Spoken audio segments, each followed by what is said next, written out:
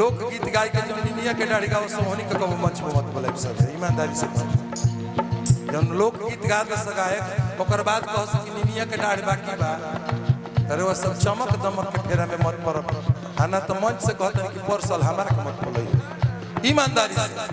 हाँ जहाँ खीस बड़ी भाई तो ईमानदारी से पूछो नियम से काम करो लोकगीत गा ले ओकर बाद कहते हैं कि निमिया के डाढ़ी बाकी है भाई कौन बने हो आ लोग पूछत कि निमिया के डाढ़ी सुनले बड़ा कि ना अभी अरे अपना मुआला बाबा ले पूछो ना कि निमिया के डाढ़ी सुनले रोले कि ना पागल है खट्टी कहले वाला ई सब नहीं के ओको उहे बतिया गाई या लोग हमरो को पूरा मत बोलिए भैया आत्मा ले कहते आत्मा से मानी ले तो मानी ले सनी तो छोट भाई हो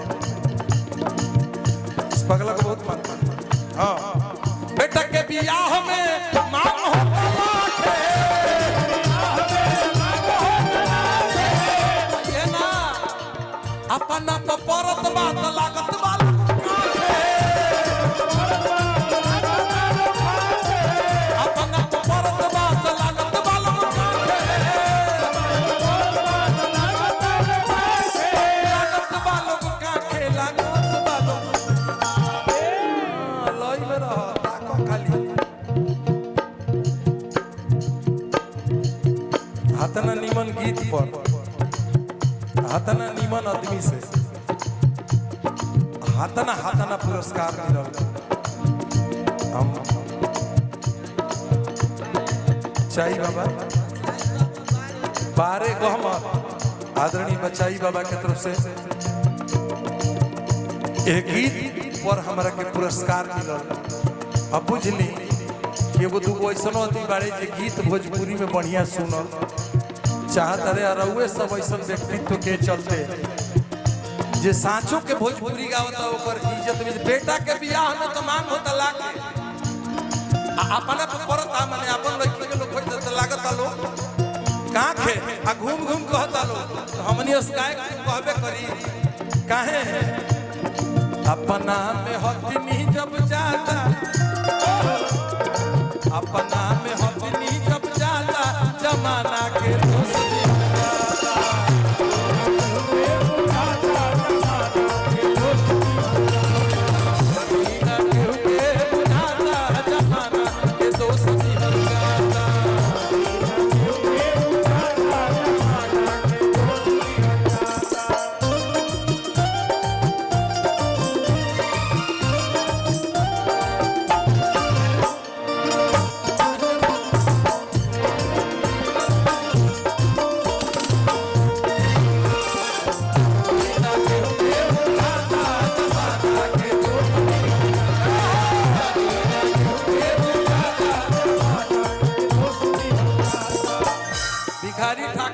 समाज के बाद मुहे पे कहत रहनी है बेटी बेचावा बटोहिया विदेशिया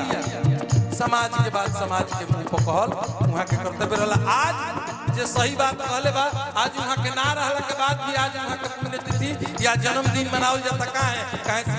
मुआला के बाद आदरणीय प्रातः स्मरणीय हमनी के गुरुदेव गायत्री ठाकुर जी कहत रहनी है कि घरे घरे चर्चा होता मिले आशीर्वाद चंदन याद कर लिया घरे घरे चर्चा होता मिले आशीर्वाद हो बढ़ी मर्यादा कब अभी मुआला के बाद ये तरी थोड़े हो आखिर में एक बात कहता खाता लो मरीचा बुझे लोग मिठाई खाता लो मरीचा बुझे लोग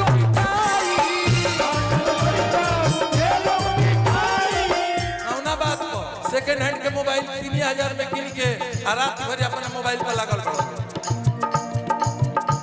अकारी से तार मोदिया नौकरी ना दिहलस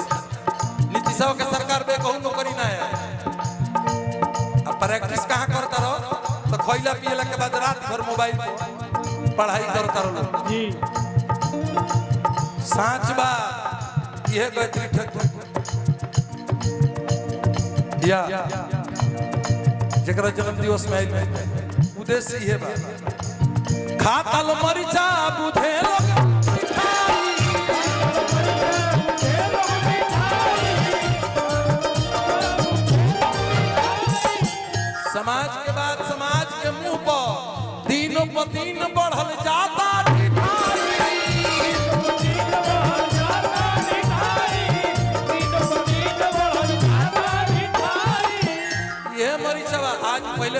बड़ जेठ के हम कहतनी